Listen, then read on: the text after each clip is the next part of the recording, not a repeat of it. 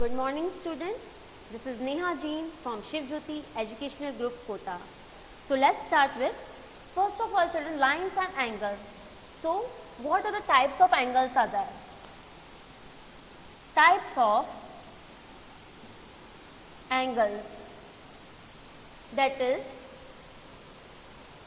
acute angle, obtuse angle, right angle, straight angle, and the reflex angle. Okay. Now children, as you have already studied in the previous class, आप पहले previous classes में already types of angles पढ़ चुके हैं.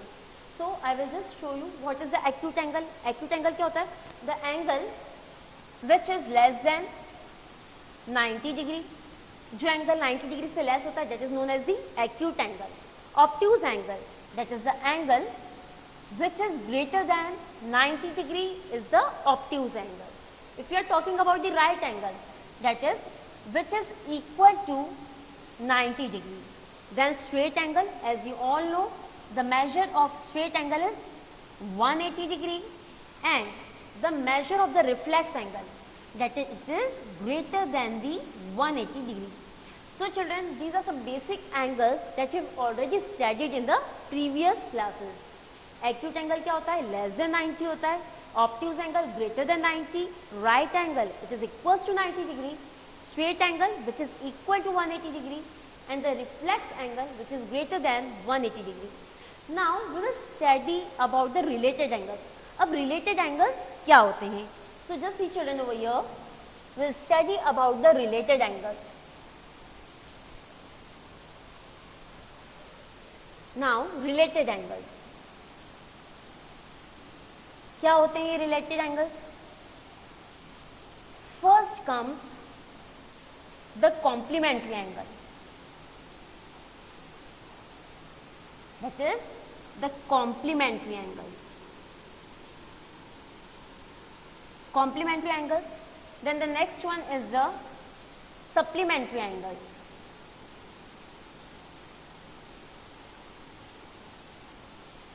Supplementary angles. Then adjacent angles.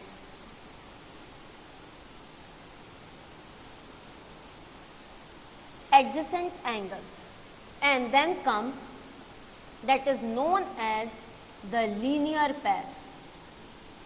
Linear pair. Now I will just give you a brief description about these related angles. First come the complementary angles. The complementary angles क्या होते हैं? The measures of the sum of the two angles is 90 degree. Then we say that these are complementary angles. यदि दो angle का सम का major 90 degree है तो वो क्या होते हैं? Complementary angles. That is angle x plus y is equals to 90 degree. Then we say that it is an complementary angle. It is an complementary angle.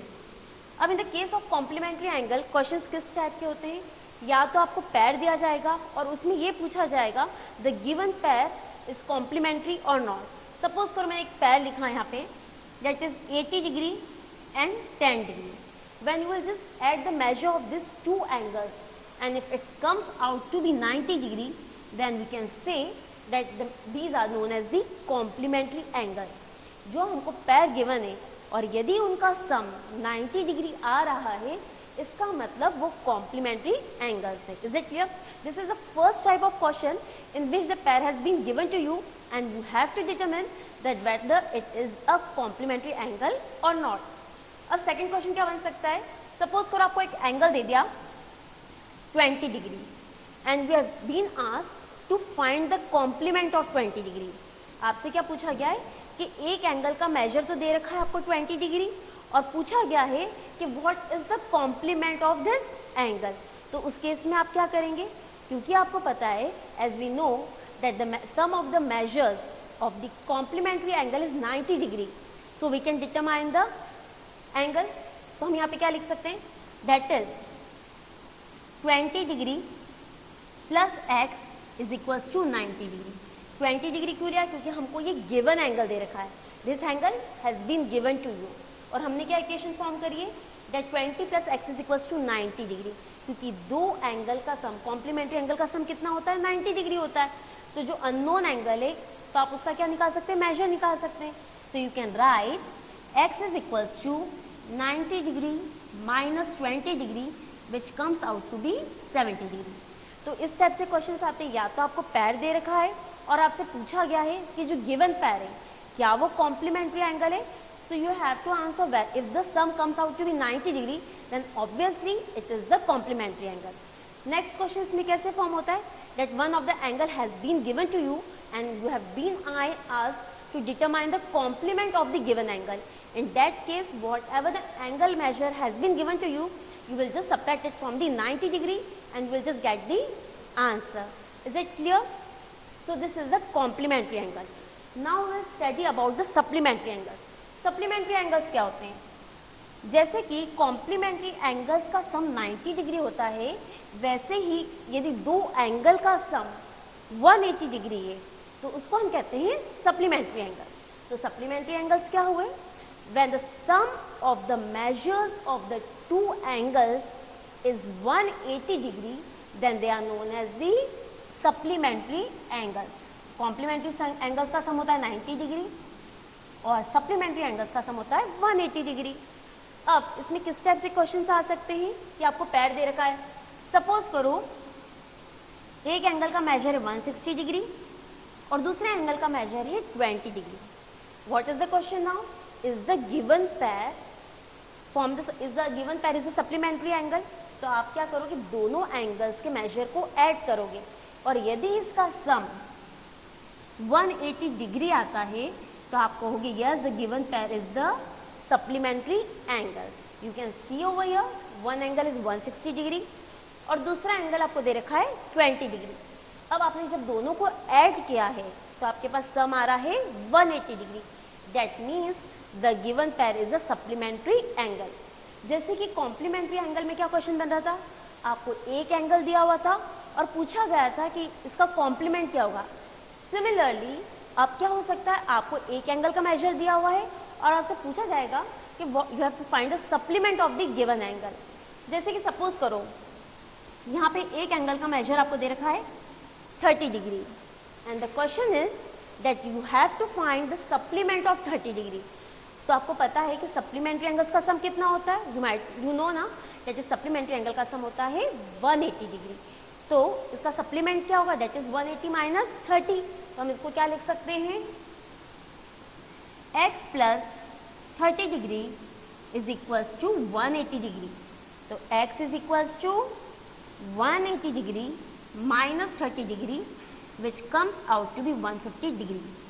यदि एक एंगल 30 डिग्री है तो उसका सप्लीमेंट कितना होगा, 150 डिग्री होगा। Is it clear students? I hope you are getting now what is the complementary angle, what is the supplementary angle. Now next comes the adjacent angles. Adjacent angles क्या होता है? As the word adjacent, what does it signify? Adjacent का मतलब क्या होता है? क्या होता है, हम यदि सिंपल हिंदी में बोले तो that is the neighbor। यदि कोई हमारा पड़ोसी होता है तो हम क्या बोलते हैं, that he is residing adjacent to me। तो सिमिलरली जब हम ज्योमेट्री के केस में adjacent angle पढ़ते हैं तो लेट्स सी, एडजेसेंट एंगल की 3 कंडीशंस होती है। There are 3 important conditions for the angles to be adjacent. Now let us study. कोई भी एंगल एडजेसेंट एंगल कब होता है? सो फर्स्ट कंडीशन होती है कॉमन वर्टेक्स। एडजेसेंट एंगल्स जो रहते हैं उसके बीच में क्या होना चाहिए, कॉमन वर्टेक्स होना चाहिए। Second is the common arm, उसकी आर्म भी क्या होनी चाहिए, कॉमन होनी चाहिए, common arm. And the third and the last important condition is that non common arms are on the either side. Non common arm are on इधर side. अब ये तो कंडीशन होगी, हम प्रैक्टिकली फिगर बना के देखते हैं कि कौन सा एडजेसेंट एंगल होगा। Now you see that this is the figure over here. ये हमने एक फिगर बनाया है, okay. Let us label it A, B, O and C. You can see that this is an angle and you have to determine कि क्या ये adjacent angle है या नहीं है। तो एडजेसेंट एंगल है या नहीं है, इसके लिए हमको ये देखना पड़ेगा कि हमारी जो तीनों कंडीशंस हमने लिखी हैं वो सेटिस्फाई हो रही है या नहीं हो रही है। तो फर्स्ट कंडीशन क्या थी हमारे पास, कॉमन वर्टेक्स। एडजेसेंट एंगल्स कब होंगे, जब उसके बीच में कॉमन वर्टेक्स होगा। तो हम अब हमारे पास क्वेश्चन है, क्या एंगल AOC और एंगल COB ये दोनों एडजेसेंट एंगल है या नहीं है। सो लेट्स सी इनके बीच में क्या कॉमन वर्टेक्स है। अब देखो यदि मैं यहाँ पे लिखती हूँ angle AOC and angle COB, तो कॉमन वर्टेक्स है, yes that is a common vertex. तो कॉमन वर्टेक्स क्या है हमारे पास, O है, मतलब फर्स्ट कंडीशन एडजेसेंट एंगल की यहाँ पर सेटिस्फाइड हो रही है। अब सेकंड कंडीशन क्या है, कॉमन आर्म। अब इनके बीच में कॉमन आर्म है क्या, yes there is a common arm. You can see OC, यहाँ पर भी OC आ रहा है और यहाँ पर भी OC या CO, it's one and the same thing. तो दोनों एंगल्स में कॉमन आर्म है, that is the OC। Second condition भी सेटिस्फाइड हो रही है। अब थर्ड कंडीशन क्या है हमारे पास, non common arm are on the either side. जो नॉन कॉमन आर्म्स है, अब नॉन कॉमन आर्म्स को, कॉमन आर्म तो हमारे पास एक ही है, OC है। अब नॉन कॉमन आर्म्स कौन सी है, can anybody tell me. I hope children you are getting. तो हमारे पास नॉन कॉमन आर्म है AO और OB, ये नॉन कॉमन आर्म्स है। तो वो क्या है, अपोजिट साइड्स पे है, obviously they are lying on the opposite side. AO इस साइड है और OB इस साइड है। So we can say that angle 1 and angle 2 are adjacent angles, are adjacent angles। adjacent angles के लिए तीन conditions satisfy होनी चाहिए, that is common vertex, second is common arm and the third and the last condition is that the non-common arms are on the opposite side or on the either side। जो non common arms थी वो opposite side पे होनी चाहिए। Is it clear. तो यहाँ पे हमारे पास कॉमन वर्टेक्स O है, OC is the common arm, और जो नॉन कॉमन आर्म्स है यू कैन सी ये OC कॉमन आर्म है, इसके इस साइड AO है और इस साइड OB है, दोनों अपोजिट साइड है। तो इसलिए एंगल 1 और एंगल 2 क्या है, एडजेसेंट एंगल्स है। Is it clear students, I hope so you are clear with the concept. Is it clear. अब एडजेसेंट एंगल्स, जब कोई दो एंगल्स एडजेसेंट एंगल्स होते हैं तो वो क्या फॉर्म करते हैं, they are known to form a linear pair. जब कोई दो एंगल एडजेसेंट एंगल्स होते हैं तो वो आपस में लीनियर पैर फॉर्म करते हैं। Is it clear. अब जैसे कि सपोज करो हम इसी एग्जाम्पल को और इसी फिगर को यहाँ पर कंसिडर करते हैं, ये क्या है, दोनों एडजेसेंट एंगल्स है। अब यदि लीनियर पैर उसी केस में फॉर्म होगा चिल्ड्रन जब वो एडजेसेंट एंगल्स है, यदि एडजेसेंट एंगल्स नहीं है तो लीनियर पैर फॉर्म नहीं हो सकता है। If the angles given are the adjacent angles then only the linear pair can be form. So you can see in this figure children angle 1 और एंगल 2, क्योंकि ये क्या है एडजेसेंट एंगल्स है, तो angle 1 plus angle 2 is equals to 180 degree is said to form a linear pair। चूंकि ये adjacent angles हैं इसलिए ये लीनियर पैर फॉर्म कर रहे हैं, और लीनियर पैर मतलब किसका मेजर हो गया, that is a straight line which is equals to 180 degree. तो एंगल 1 और एंगल 2 का जो सम होगा it is forming a linear pair and the measure of the sum of the angles of the linear pair is equal to 180 degree। Is it clear students? So this is all about the related angles. Now we will study the concept of the intersecting lines and the parallel lines. Now just see children, you might be knowing, you are just in day to day life you are just using the word intersecting lines, parallel lines। तो इन दोनों के बीच में क्या difference होता है, और ऐसी कौन सी प्रॉपर्टीज होती हैं जो इसको सेटिस्फाइड करती हैं. So just please see here.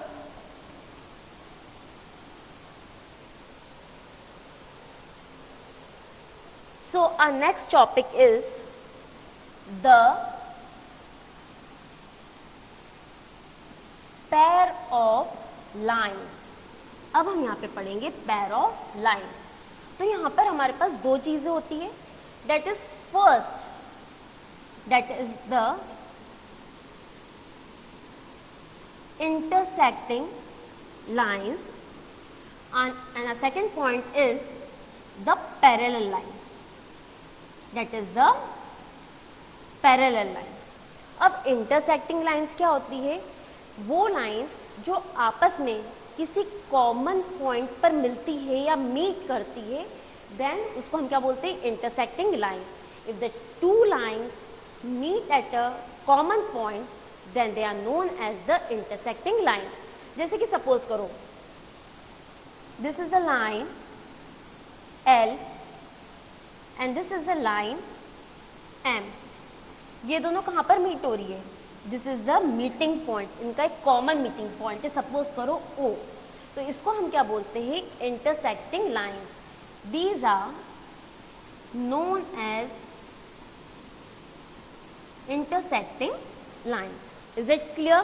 तो जब दो lines किसी common point पे मिलती है या मीट करती है तो हम उसको बोलते हैं इंटरसेक्टिंग लाइंस. अब जब लाइंस इंटरसेक्ट होती है तो वहाँ पे भी कुछ एंगल्स फॉर्म होते हैं. When the two lines intersect at a certain point at a common point, then some angles are form. तो जब भी दो लाइंस इंटरसेक्ट होती है तो वहाँ पे कौन से एंगल फॉर्म होते हैं?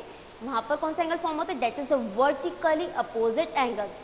जब भी दो लाइंस एक कॉमन पॉइंट पर मीट करती है, then the angle forms, then the angle forms are known as the vertically opposite angles. That is the vertically opposite angles. Is it clear? अब क्या होते हैं? vertically opposite angles are equal to each other. Suppose करो इस angle का major जो है 70 degree है. The measure of this angle is 70 degree.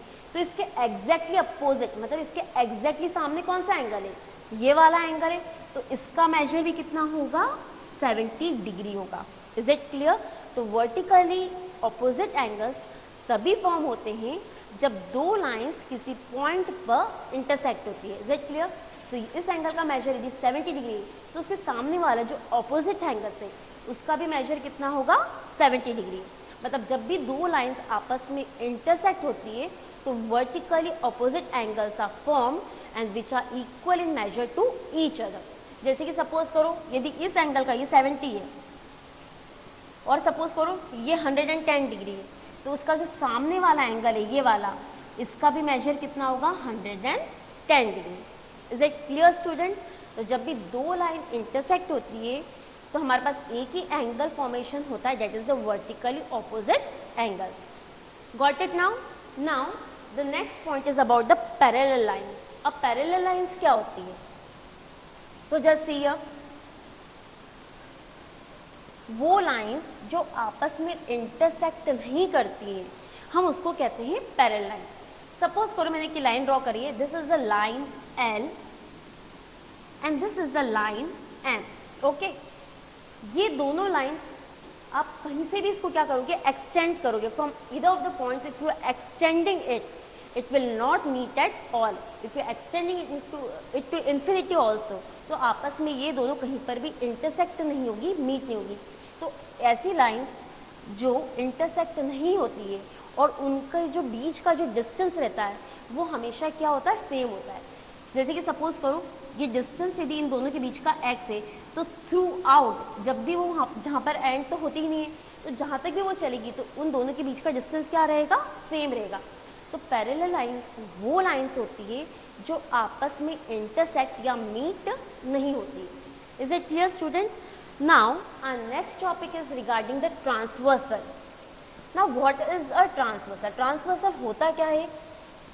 And due to this transversal number of angles are formed. Okay, now study about the transversal. जब भी कोई दो पैरेलल लाइंस को, जो लाइन दो डिस्टिंक्ट पॉइंट पे इंटरसेक्ट करती है, तो हम इसको बोलते हैं transversal.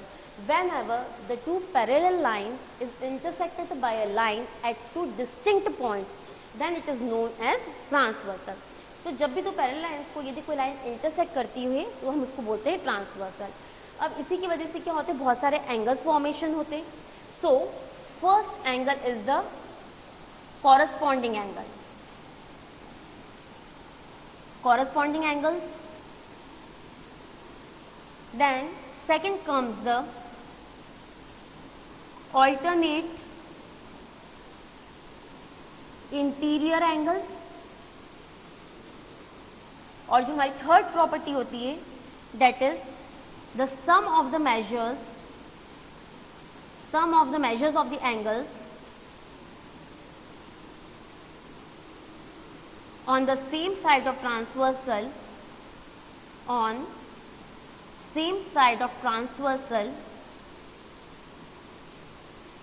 is supplementary or 180 degree. Supplementary or 180 degree. We'll study this one by one because all these concepts will be used in the exercise. तो सबसे पहले हम पढ़ेंगे corresponding angles.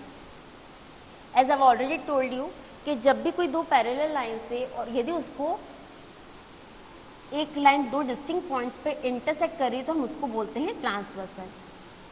और यहाँ पर फिर डिफरेंट एंगल्स फॉर्मेशन थे, एल, एम और पी. सपोज कर मैंने इस एंगल को नाम दिया 1, 2, 3, 4, दिस इज 5, 6, 7 एंड 8. अब कॉरस्पॉन्डिंग एंगल्स क्या होते हैं, the angles which lie on the same side of transversal. तो कॉरस्पॉन्डिंग एंगल्स क्या होते हैं, जो एंगल्स ट्रांसवर्सल के सेम साइड पर फॉर्म होते हैं हम उसको बोलते हैं corresponding angles. And these are equal to each other. जैसे angle 2 is equal to angle 6. Angle 2 angle 6 के इक्वलेंट है. Angle 2 is equal to angle 6 corresponding angles. You can see these are formed on the same side of transversal. Similarly, angle 3 is equals to angle 7. Angle 3 is equal to angle 7. Similarly, you can see here angle 1 is equal to angle 5. Angle 1 is equals to angle 5. And similarly, angle 4 is equal to angle 8. Angle 4 is equal to angle 8.